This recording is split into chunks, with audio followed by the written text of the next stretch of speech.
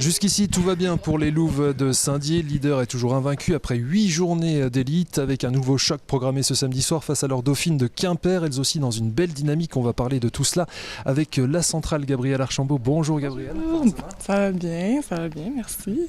Alors, ce match aller à Quimper, ça a été le premier moment fort de la saison. Vous aviez déjà marqué les esprits. Oui, exactement. Ça a été un gros match pour nous. C'est le seul match en fait où est-ce qu'on a été perdre des points. Donc c'est une équipe contre laquelle on sait que ça va être un bon match cette fin de semaine. Vous aviez gagné au tie-break, hein? Oui, exactement. Gagner au tie-break, ça a été très émotif, très plaisant pour l'équipe. Puis une belle victoire sur laquelle on a pu baser le reste de notre début de saison. Quimper avait ensuite perdu à Évreux. Puis elles sont dans une bonne dynamique. Là, elles restent sur 6 victoires consécutives. Oui, exactement. Comme j'ai dit, c'est une très, très bonne équipe. C'est une équipe qui est très complète. Ils ont des bonnes attaquantes partout. Passeuses aussi très douées, libéraux très doués. Donc, c'est vraiment une équipe forte contre laquelle c'est le fun de jouer aussi parce que ça nous donne du challenge à chaque fois. Certaine Ali Davenport qu'on connaît bien ici à Saint-Dié.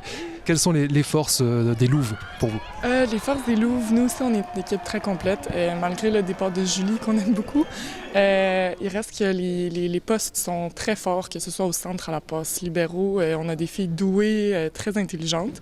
Puis ça fait en sorte que oui, on est assez difficile à battre là, quand on est sur notre élan, très difficile à battre. Un groupe très cosmopolite, hein, avec beaucoup d'étrangères qui vit bien. Oui, exactement. Ça va super bien pour l'instant. On s'entend très, très bien. Les filles, on se challenge. On a tous le même objectif. Donc, ça va bien. Peu importe d'où est-ce qu'on vient, on sait qu'on veut aller vers les playoffs. Donc, il n'y a pas de problème avec ça. On arrive à la fin de cette grosse première partie de saison. Physiquement, vous tenez le coup parce qu'on sait que vous êtes à 10. Vous avez parlé de la blessure de Julie. Oui, exactement. Mais pour l'instant, ça va bien. Oussama, notre préparateur physique, nous prépare super bien. On a une belle équipe pour nous encadrer côté physiothérapie. Donc, oui, pour l'instant, on se tient bien. Ça va super. Merci beaucoup Gabi, on vous souhaite que ça continue. Merci beaucoup, bonne journée. Merci à vous aussi, on va aller voir Oussama Zmirli, le préparateur physique de cette équipe des Louves. Voilà, les Louves qui vont avoir une séance de prépa muscu juste après. Bonjour Oussama, comment ça va? Bonjour Nico, ça va très bien. Alors, la saison a débuté depuis 2 longs mois, 9 matchs presque sans aucune interruption. Comment vont les Louves aujourd'hui?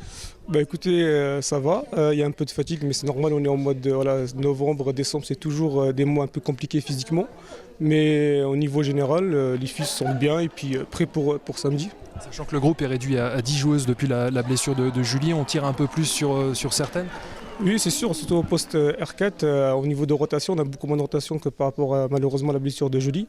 Mais bon, les remplaçantes ont fait le job pour le moment, donc il n'y a pas de problème. Il va encore enchaîner 3 matchs, donc celui face à Quimper, puis la Coupe de France et puis à Loin. Comment on gère là justement? Les filles sont rodées, le physique est là. Comment on fait pour s'entretenir là sur les 3 derniers matchs avant la trêve hivernale? Écoutez, il y a 3 semaines, on avait un week-end de repos. On prépare surtout le match pour demain. Et après, pour le match de Dijon, on va gérer ça parce que voilà, l'intensité ne va pas être comme celle de samedi. Et puis, le dernier match, on va tout donner pour ramener les 3 points à Loin. Et puis là, c'est repos, 10 jours mérités pour les filles.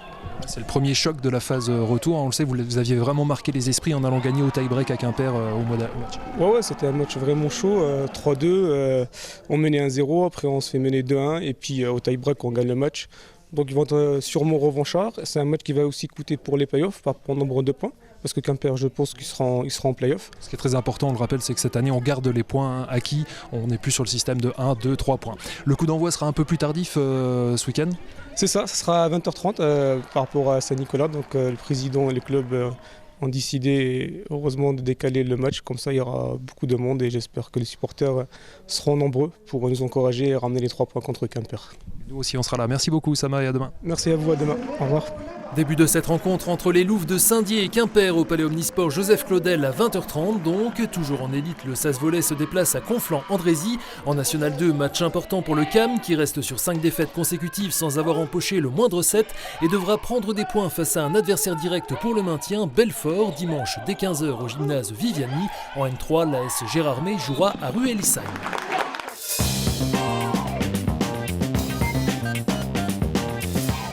Dans le reste de l'actualité sportive du football, et place au derby de National 3, surfant sur la dynamique de sa qualification en Coupe de France face à Sochaux, toujours invaincu en championnat, le Estaon donne l'hospitalité à l'US Raon l'étape qui reste sur une série de 4 victoires depuis son élimination par le FC Metz au 7e tour. Début de la rencontre à 17h au stade Robert Seyer. En National 2, le SAS se déplace chez la réserve de Reims avant-dernière.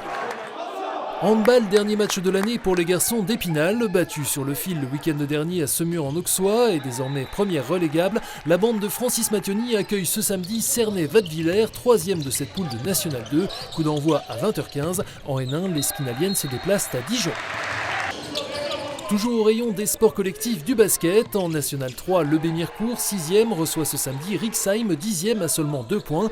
Victoire impérative pour rester dans la première partie de tableau, entre deux d'envoi à 20h en salle Claude Accard. Même enjeu en pré-national pour le Val d'Ajol qui accueille Sylvange ce samedi à 20h30, alors que Golbet-Épinal, leader et invaincu, recevra dimanche à 13h30 la lanterne rouge de son groupe, Châlons en Champagne.